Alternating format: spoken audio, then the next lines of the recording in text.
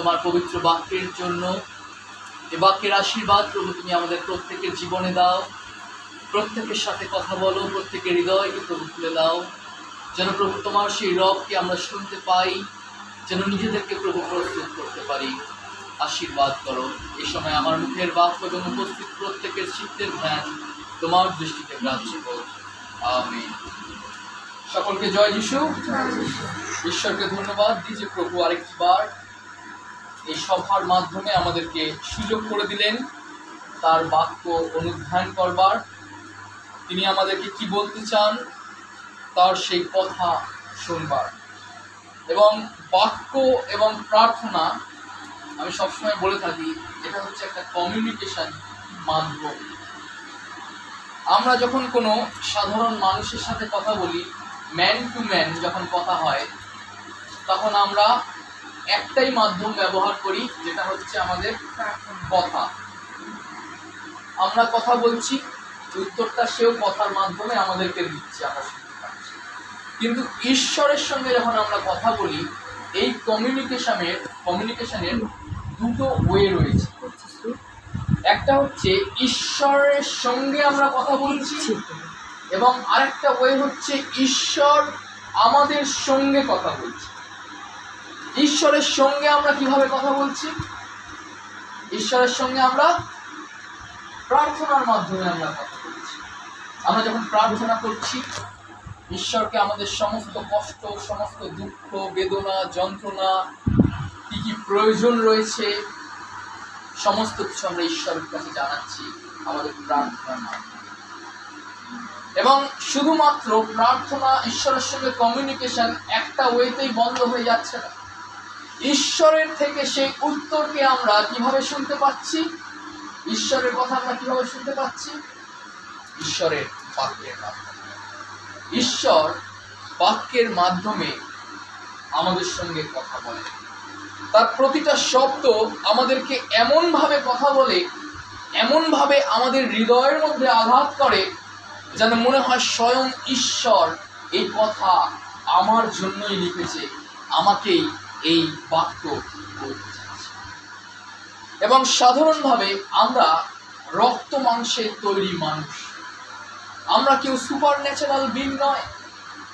আমাদেরকে ঈশ্বর সেই মাটি দিয়ে সৃষ্টি করেছে। যদি আমরা আদি পুস্তক দেখি, সেখানে লেখা রয়েছে আদমকে ঈশ্বর মৃত্তিকা দ্বারা তিনি তৈরি করলেন এবং তার নাসিকায় সেই প্রাণবায়ু দিয়ে প্রবেশ করা হয়েছে।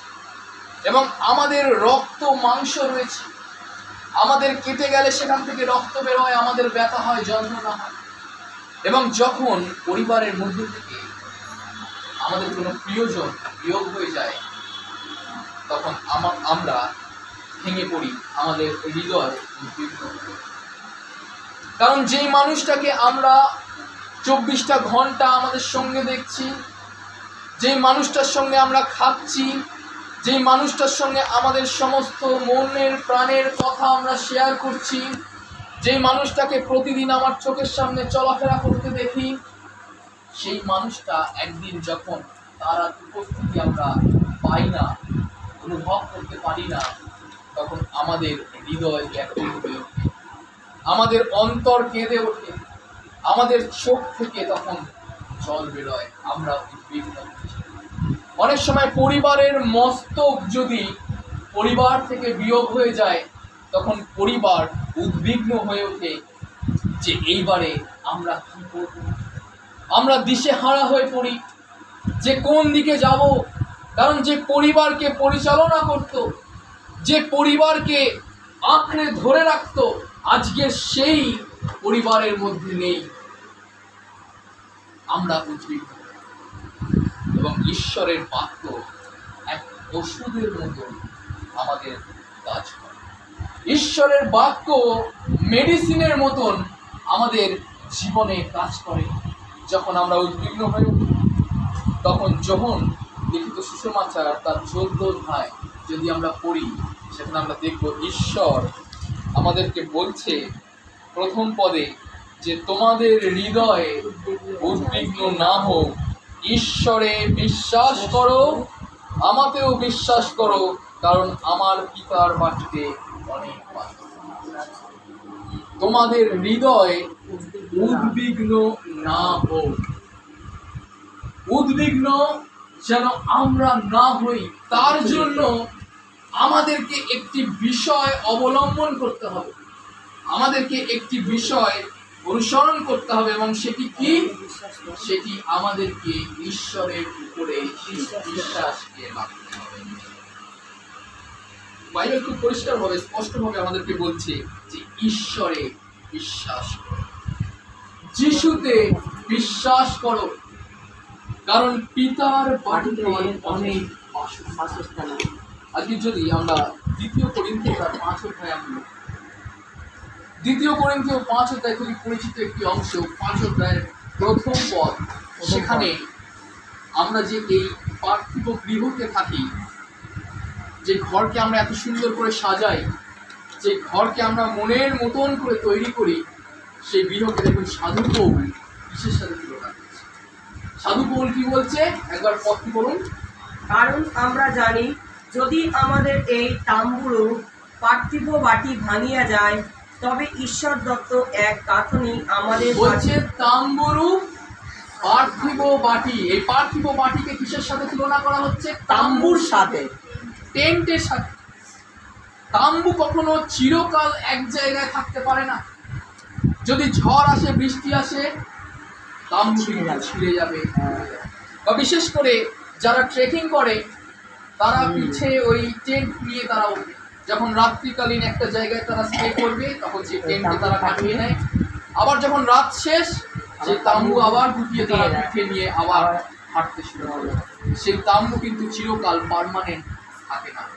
তাই বলছে পার্থিব যে ঘরকে আমরা সুন্দর করে সাজাচ্ছি, মনের মতন করে তৈরি করছি, এই ঘর হচ্ছে আমাদের পার্মানেন্ট অ্যাড্রেস নয়।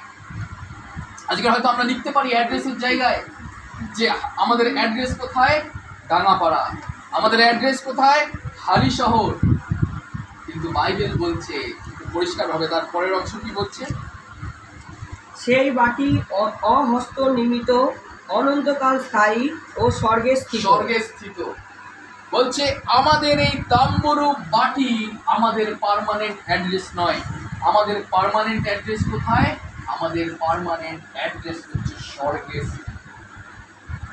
স্বর্গে আমাদের এক পার্মানেন্ট অ্যাড্রেস রয়েছে, যে ঘর কোনো রক্ত মাংসের মানুষের হাত তৈরি করেনি, যে ঘর কোনো রাজমিস্ত্রি তৈরি করেনি, সেই ঘর ঈশ্বর স্বয়ং আমাদের জন্য প্রস্তুত করে রেখে দিয়েছে।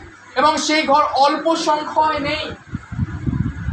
বাইবেল আমাদেরকে খুব স্পষ্টভাবে বলছে সেই ঘর অল্প সংখ্যায় নেই। আর যদি অল্প সংখ্যক থাকতো, তাহলে আমি তোমাদেরকে বলে দিতাম, তাই না? যখন 14 অধ্যায় 1 পদ 2 পদ কি বলছে? পিতার বাটিতে অনেক বাসস্থান আছে, যদি না থাকিত তোমাদিগকে বলিতাম। যদি না থাকতো তোমাদিগকে বলিতাম।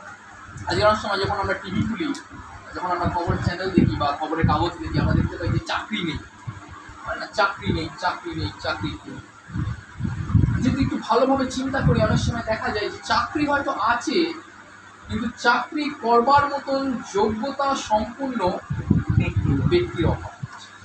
তারা যোগ্যতা অর্জন করতে পারেনি যে সে চাকরি করবে, তার জন্য তারা